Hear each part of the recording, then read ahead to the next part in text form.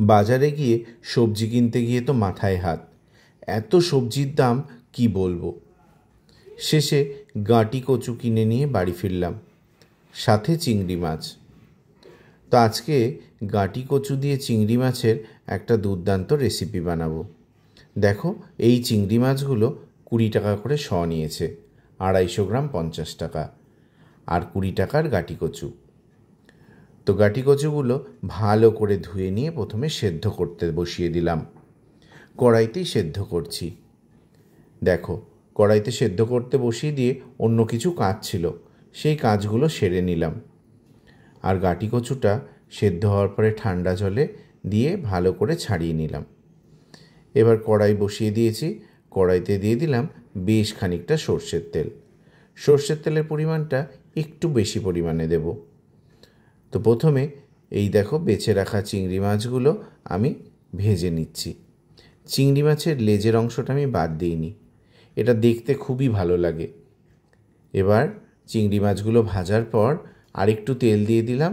ওই তেলেই দিয়ে দিয়েছি একটা তেজপাতা আর একটা শুকনো লঙ্কা ফোড়নে, আর একটা বড় সাইজের পেঁয়াজ কুচি করে কেটে রেখেছিলাম, এই পেঁয়াজটা দিয়ে দিলাম।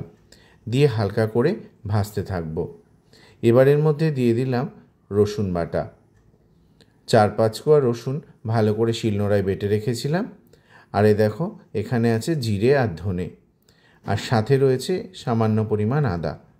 আর এই দেখো, শুকনো লঙ্কা বাটা। আজকের এই রান্নাটা সম্পূর্ণ বাটা মশলায়। তো মশলাগুলো সমস্তটা দিয়ে একটু ভালো করে নাড়াচাড়া করে নেব কিছু সময় ধরে। গাঁটি কচু দিয়ে চিংড়ি মাছ কম বেশি সকলেই রান্না করে থাকে, কিন্তু আজকে আমি রান্নাটা একটু অন্য স্টাইলে করছি। তো দেখতে থাকো কিভাবে বানালাম। একটা টমেটো কুচি করে কেটে রেখেছিলাম, টমেটোটা দিয়ে দিলাম। এবার মশলার সাথে ভালো করে মিশিয়ে নিচ্ছি। এই মশলাগুলো ভালো করে কিন্তু কষতে হবে অল্প আঁচে, বেশি আঁচে কষালে কিন্তু মশলাটা পুড়ে যাবে। এবার দিয়ে দিলাম পরিমাণ মতো হলুদ গুঁড়ো আর স্বাদ মতো লবণ। মশলাটা যত বেশি সময় ধরে ধীরে ধীরে কষানো হবে, রান্না কিন্তু তত ভালো হবে। আর দিয়ে দিলাম 1 চামচ কাশ্মীরি লঙ্কার গুঁড়ো। কাশ্মীরি লঙ্কার গুঁড়োটা অপশনাল, চাইলে তোমরা দিতেও পারো, নাও দিতে পারো। এই দেখো, মশলাটা দেয়া হয়ে গেছে।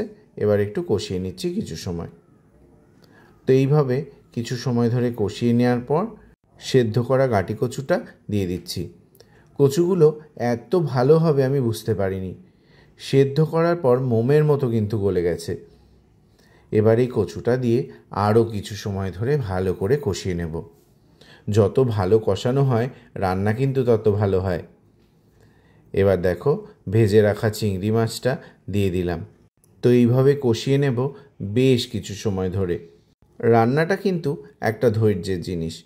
যত সময় ধরে তুমি আস্তে আস্তে করবে, রান্নাটা তত ভালো হবে। এবার বাটিতে একটু মশলা ছিল, সেই মশলা ধোয়া জলটা দিয়ে দিলাম এই গাঁটি কচুর মধ্যে। এবার দিয়ে দিলাম সামান্য কসুরি মেথি। এই কসুরি মেথি কিছু কিছু রান্নায় দিলে এত সুন্দর গন্ধ হয়, তোমাদেরকে কি বলবো। একবার এভাবে কিন্তু অবশ্যই বানিও। তো এই দেখো, রান্নাটা অলমোস্ট কষানো হয়ে গেছে। এবার সামান্য পরিমাণ জল দিয়ে দিলাম, যতটা পরিমাণ ডুবে থাকে গাঁটি কচুগুলো। খুব বেশি ঝোল ঝোল কিন্তু হবে না। এই দেখো, ঝোলটাও কিন্তু ফুটতে শুরু করেছে, আর রান্নাটাও কিন্তু প্রায় শেষের দিকে। এর টেক্সচারটা পাল্টাতে শুরু করেছে। রান্নাটা তো রেডি প্রায়। এইবার কুচি করে রাখা ধনেপাতাটা দিয়ে দিলাম। এটা অপশনাল, কেউ চাইলে দিতেও পারো, আবার নাও দিতে পারো। অনেকে আবার ধনেপাতার গন্ধ পছন্দ করে না, সেক্ষেত্রে এটা না দিলেও চলবে। রান্নাটা আমার একদম রেডি। এবার একটু ভালো করে মিশিয়ে নিচ্ছি। এই দেখো, খুব বেশি মাখা মাখা আর খুব বেশি ঝোল কিন্তু হয়নি। এই দেখো, রান্নাটা একদম রেডি। দেখেই লোভ লাগছে, তাই না? আমিও লোভ সামলাতে পারছি না।